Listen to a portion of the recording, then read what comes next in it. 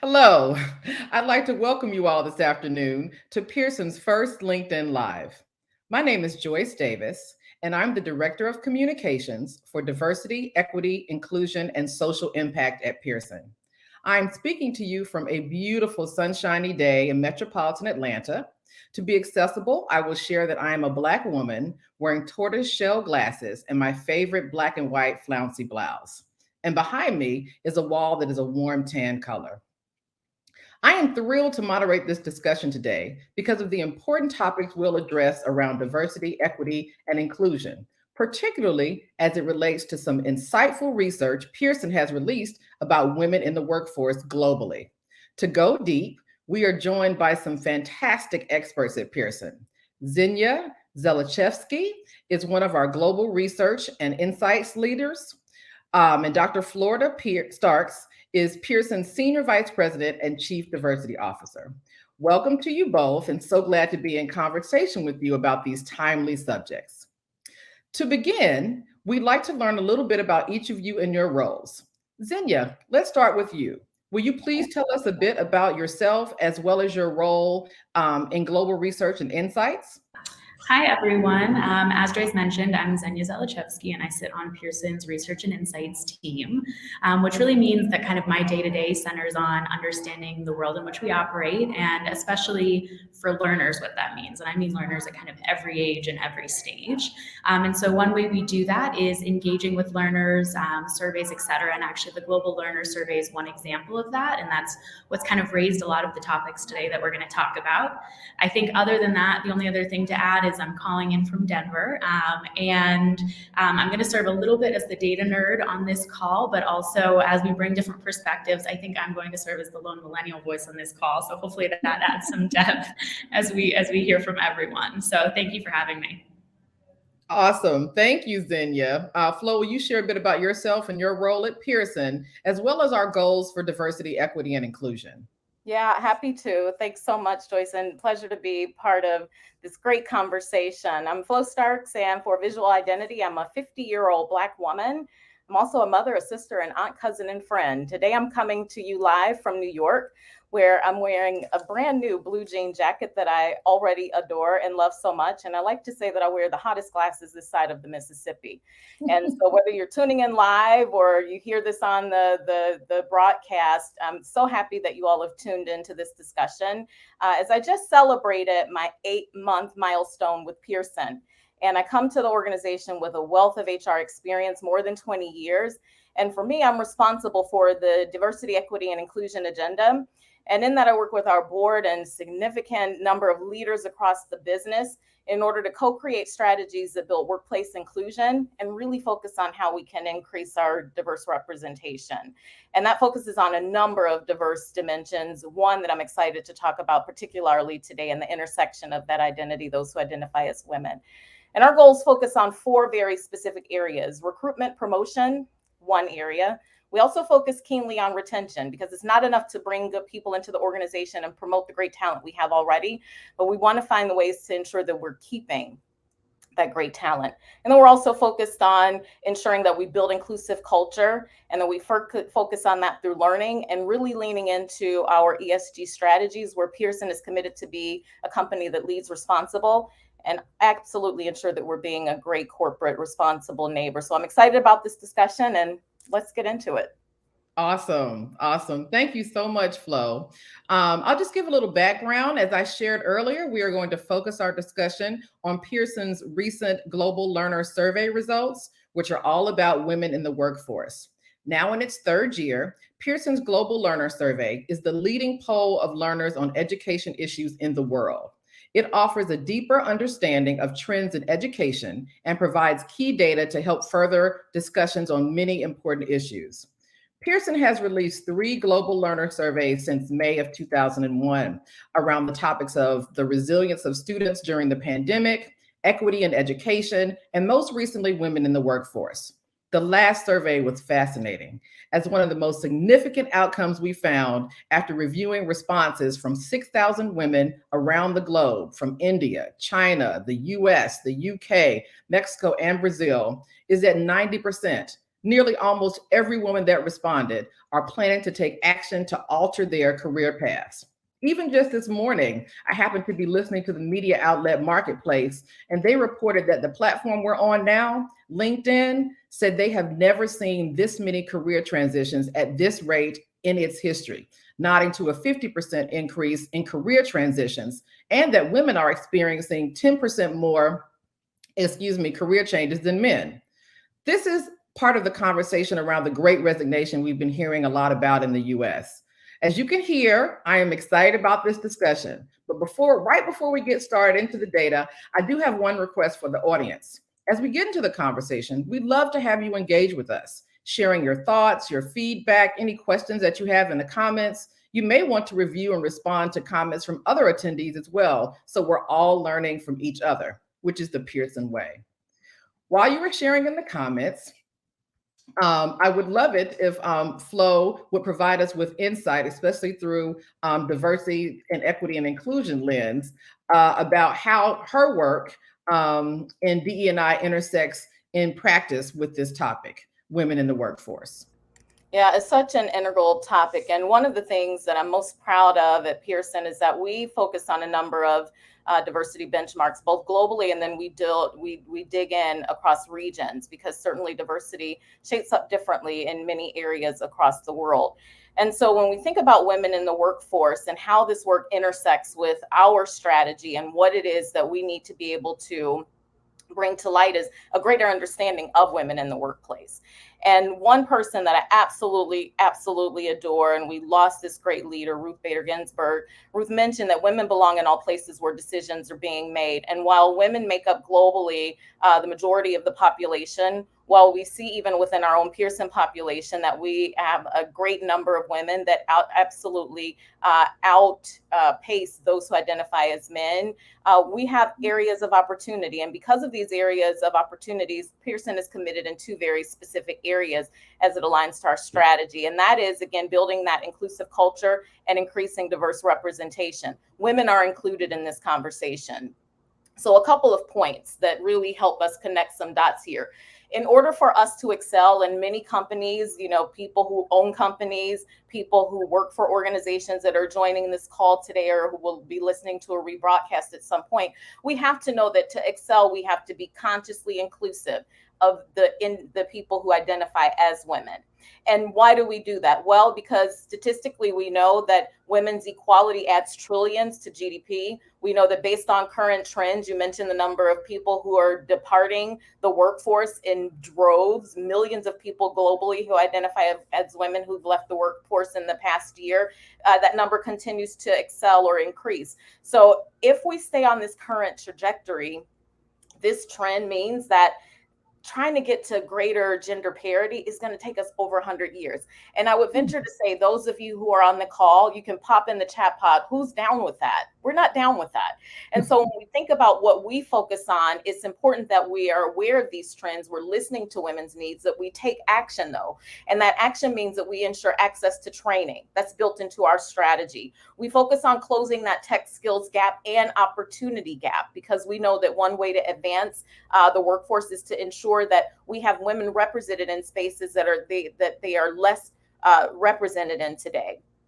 And that makes work environments more appealing. So rather than focus on that mass exodus, we have environments that are more appealing. And they're more appealing because we focus on flexible work arrangements, reduced and shared work schedules, benefits, compensation, advancement opportunities. So in other words, the goal here for us is to increase equity, because we know that this is the one path that leads us down the journey that allows us to ensure advancing all of our ambitions.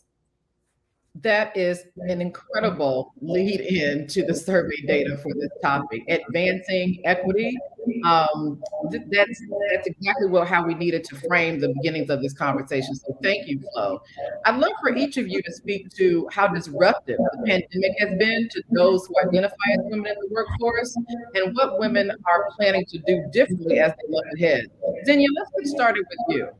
Yeah, I mean, I think Flo started to touch on this, and I think a lot of what we've heard about in the conversation is women leading the workforce, and that is very true, and that is something we see writ large and obviously within our survey. But when we spoke to women, and again, in 6 countries globally, and we really wanted to know kind of what they're feeling, what they're doing, and kind of what their mindset is around work, leaving the workforce was just kind of one part of it. We saw a lot of like motion and a lot of like momentum in terms of women looking into perhaps new roles, like updating their resume, kind of seeing what's out there. So women are thinking about kind of their next move.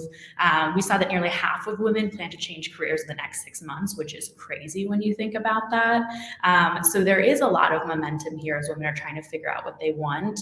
And I think that was something we saw in terms of disruption. There will be a lot of motion. I think secondly, and this is not necessarily surprising, but something that came across really clear is that women or individuals who identify as women within the workplace, they're stressed. So while they're moving and they're thinking and they're trying to take action, underpinning that is a lot of kind of uncertainty around financial stability and wages, being bogged down with additional domestic responsibilities, hours being cut. There's like a lot going on in the background.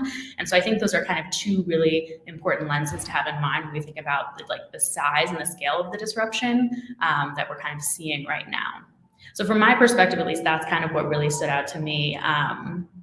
And I think surprising again was that I was thinking of everything in the framing of women are just exiting. And in fact, I think women are really reevaluating. That's an excellent point, Zenya. Flo, is there anything you'd like to add about what this means for women globally? This level of stress, this level of concern around wanting to change their career paths. Yeah, I think it's an important topic. And just to build on what Zenia shared, one of the notes that I just wrote is that women are human. And we're seeing that evolve in such a way that is profound and really allows us to show all of the intersectional pieces of who we are. And so we have great ambitions. We have, great responsibility, whether you're caring for younger children, older children, and others, that human element is important. And so for both women and institutions, we're looking at and seeing really an evolution around how it is we can appeal more to that human experience, right? And what that means in terms of how it is we're aware of needs and desires and such, and being able to put some strategy or planning around engaging in that human experience so that we see that evolution of who it is, these people are within the workforce, ensuring that those voices are amplified and that we take very seriously those contributions that people are able to make. The important thing too is we are always becoming. Right. So when we think about the pandemic has shifted us to think about ways that we want to become differently. And so to Zinnia's point, it doesn't necessarily mean that we're leaving. It means that women are looking at what are those limitless opportunities that I have as I become, and how does that show up differently? And how do I lean into spaces that will give me all of the great benefits that I'm looking for in that way? It's interesting that you would mention how women can access those benefits. I want to talk a little before we get to that particular point. I'd love to talk a little bit about some of the outcomes that were faced by women of different generations or women of different ethnicities and race, women who identify as parents. How did the pandemic impact them? And then we'd like to get to kind of what they're doing now. Yeah, I mean, I can start and just say that this was definitely a lens that we've all thought with this topic is, this group of, individuals who identify as women. Obviously, there's a lot of individuals within that and a lot of subgroups, et cetera, that are having different experiences even within that broader category. So, I mean, I think if we look at generation, we start with Gen Z. This is a group that we do love to talk about. I think from my perspective, I tend to look at that group and say they're probably the least impacted, right? They're younger, they'll rebound, they've got time. And I think what we learned is there's kind of two things happening with this group. The first is that, they are impacted by the pandemic. They have no more of like a rosy view about the future and the future of work than any other generation. So, they half or say that they think it's going to take 10 or more years to catch up economically after the pandemic. Like they feel this and they see how it's going to impact their future. I think what's unique about this group and kind of exciting is that there is kind of like a change in mindset and a real redefinition of how they will act moving forward. So we also asked, what do you want from employers in the workplace moving forward? And Gen Z, obviously they still want a competitive salary. But it's less important to them. And actually what we're seeing is them asking for things like diversity, equity, and inclusion training, harassment training within the workforce. So building kind of these more inclusive spaces where work is much more than just kind of the salary. So they are rethinking how they want to engage with employers and other employees and kind of what they want from the future of work. And that, I think, is at least like a positive, even if they do recognize that the pandemic has been hard and will impact kind of their road forward. Flo, did you have anything to add?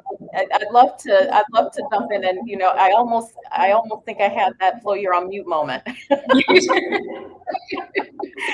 it's okay, right? We do that at least a couple of times a day. But one of the things that it came to me as Zenya was speaking, and that is the way that the younger age cohorts view gender roles are very different. And it is in that evolution of that changed mindset that we see the Gen Z and many others. This isn't only relegated to a specific age cohort. I think this transcends age. But people are really much more aware of that mental health piece, why that's so important, and speaking up about it. We've seen story after story in the news of, a tennis star, and I'm probably not going to say the name right, but Osaka, I believe. Somebody will pop in the chat pod the young tennis player's name, and bravo for the tennis player. We saw even in the Olympics, yes, Naomi Osaka, thank you so much.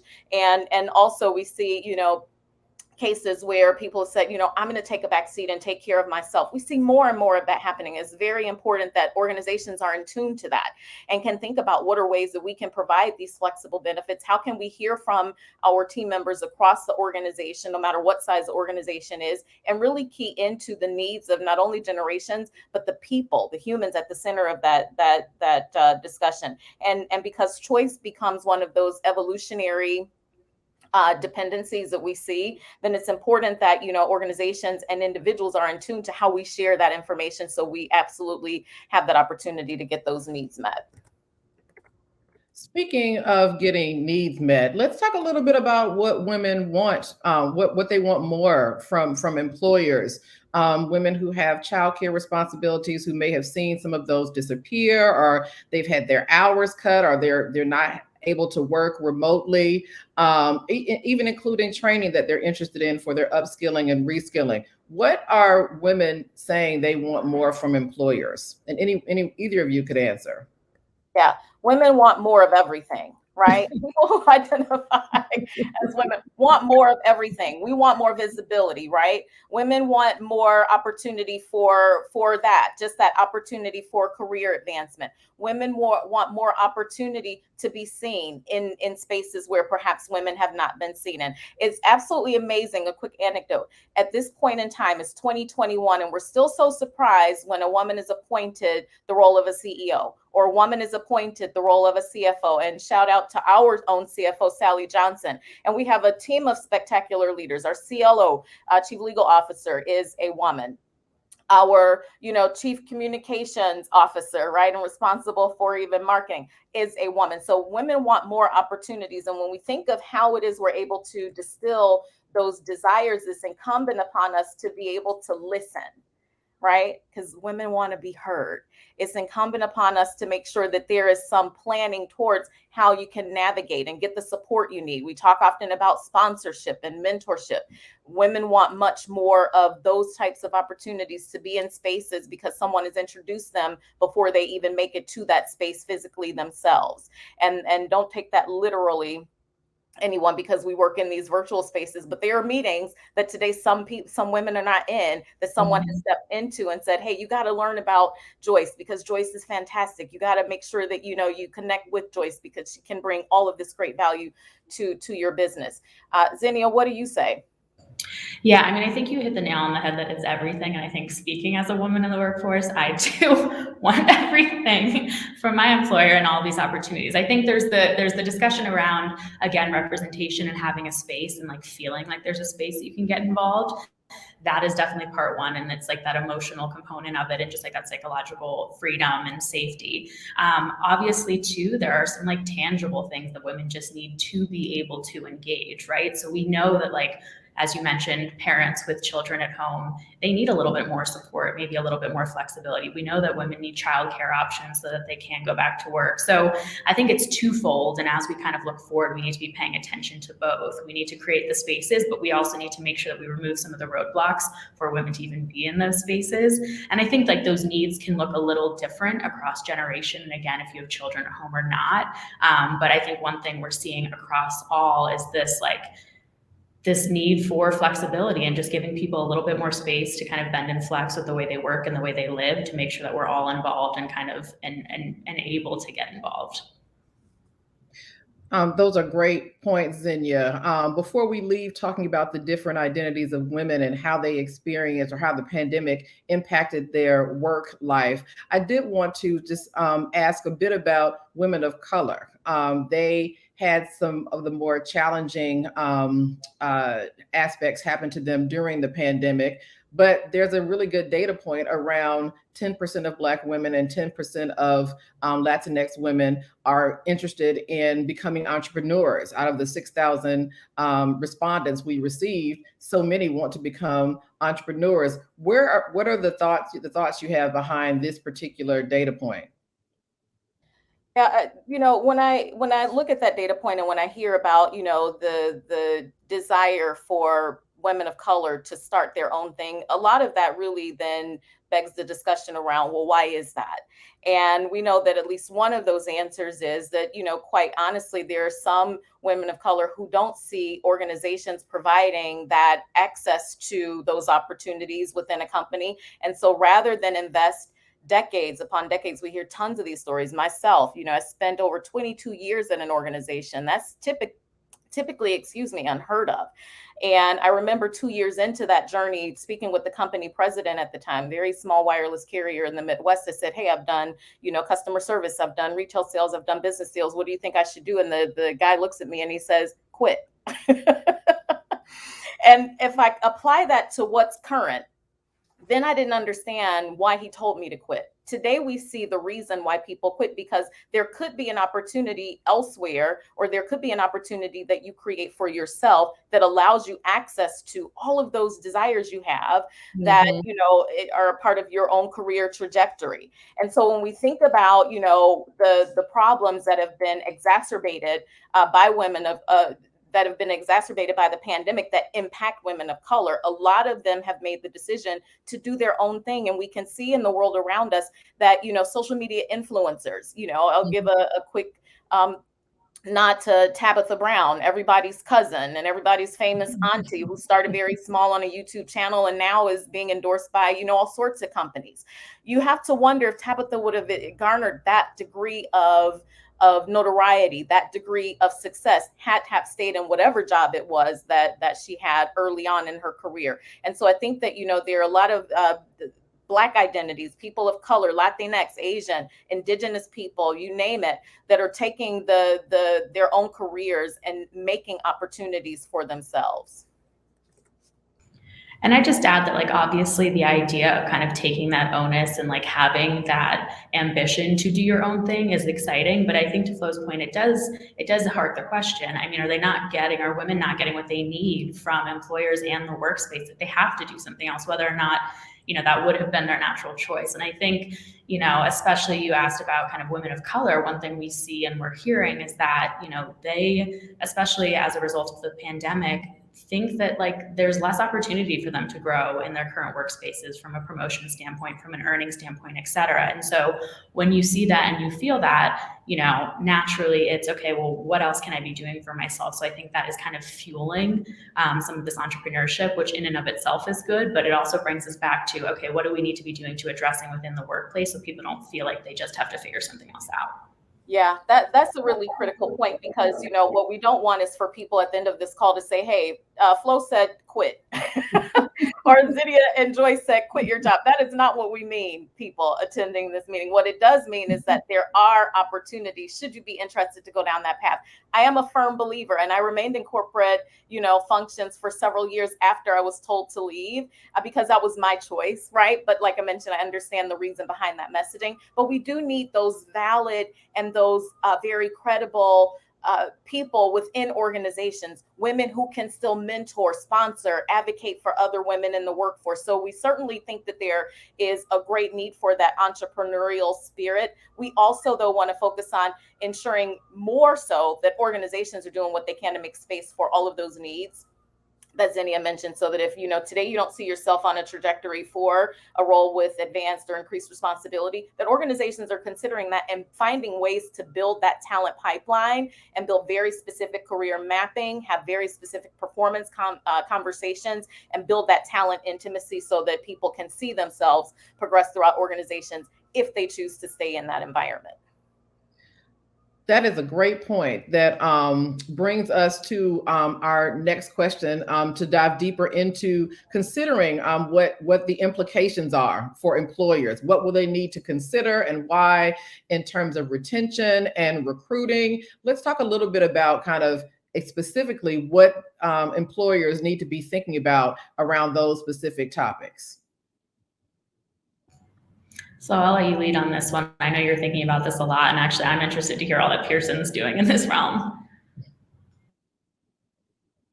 Oh, and you're muted. Yes, I'm muted again. See, twice. I shouldn't have put twice out there because this certainly happened. So I'm at my fill now for speaking on mute. So, one of the things I think that's so important here is, when we look at the data and we see that, nearly half of women surveyed plan to change jobs or careers in the 6 months.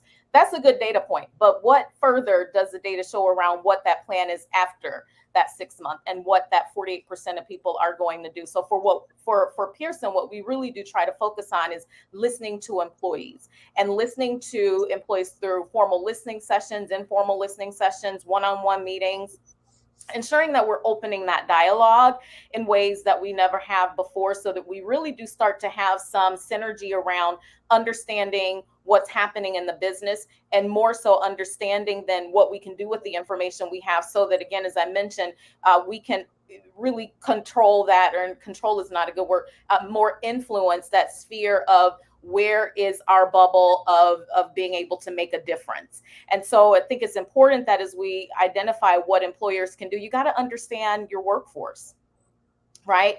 And data is a good way. Surveys is a good way to do it. We do surveys at Pearson. I've worked for several other companies that do pulse surveys, organizational surveys, employee experience surveys. That's one way. But really getting to that talent intimacy is really important to find out what your people think about what they're doing. Doesn't matter how big or small your organization is.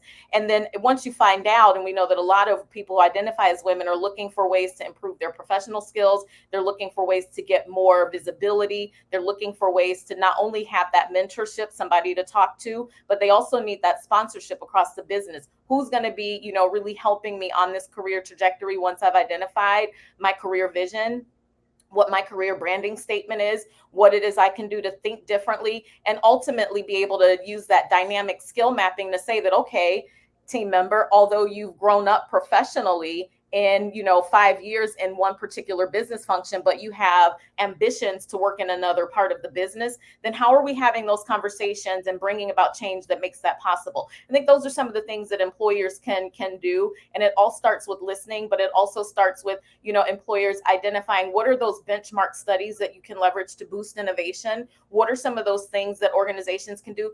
Guess what? To talk with each other. It's not about spilling tea and trade secrets and all of those things, but how do you learn to be better? And you do that by talking to other organizations. So for myself, I'm part of this, we call ourselves the collective, and it's chief diversity officers across a number of different types of industries: the restaurant industry, the consumer packaged goods industry, the airline industry. And we just talk about what can we do to be better? What are you doing at your company that we can borrow from? So I think that's another important element of how organizations can progress to make it better for women, and in doing so, make it better for everyone. That's some great guidance for corporations, for companies, for employers. I completely agree with the belonging to groups in different industries, but with your same area of expertise and getting best practices and swapping good information and ideas. I do that myself. So that was advice for employers. There was someone in the chat that mentioned that women are feeling the pressure to choose between family and career. And do we have any advice for those women who feel that way? There's so many things that they want to take advantage of, but there's also some restraints on their time. So any pressure, any idea, any guidance around women who are feeling the pressure to choose between their family and their career? So I know Flo was mentioning kind of at some of like these higher level initiatives, right? And how we can start thinking about what we need to be providing for women. I think one of my takeaways here too is like at the really kind of working level, let's build and like teach and engage around conversations with managers and whatnot to recognize kind of where women are at, what's going on in their lives, et cetera, and build that as part of how we evaluate managers and how we, support people to manage others, et cetera. So I think so as we start getting that in the conversation and managers know how to do that and like people managers, then employees themselves will be more comfortable having those conversations. I can't say it's ever going to be an easy choice, and that is always going to be one that'll be hard to strike a balance. But I think even having the freedom and the space to start having those conversations around those tensions is the only way we're going to acknowledge they're happening and then try to come up with some solutions to support. So again, it's not exactly advice to solve, but at least I think an area to start engaging and have that be part of the discourse at kind of all levels. Yeah, I love that. May I jump in real quick, Joyce? Absolutely, please. So one thing that I just thought of is, when I was very early in my career, there's something to be said about finding your voice, right? There's something to be said about really knowing who you are, what you want. And when you're younger, sometimes you haven't figured it all out. Although, I put on a mean poker face and I don't even play cards, right? So I would present like, yes, honey, you have it all together, right? But there were times that, I questioned that in my alone time, in that self-reflective time. And so when we think about what it is that, I would offer as advice, know who you are, know yourself, know that you have a voice, and that over time your voice is going to evolve. So the person that I am today is this 50-year-old Black woman who has all of these identities, right? Is very different. There's still pieces of Flo. I tell people this. There's still pieces of that 21-year-old Flo, that 28-year-old Flo, when I thought that was just the best year ever. Now I know I'm wrong because 50 has so far blown my mind. But, knowing yourself is key. And then I also wrote down a couple of other words, and that's brave and vulnerability.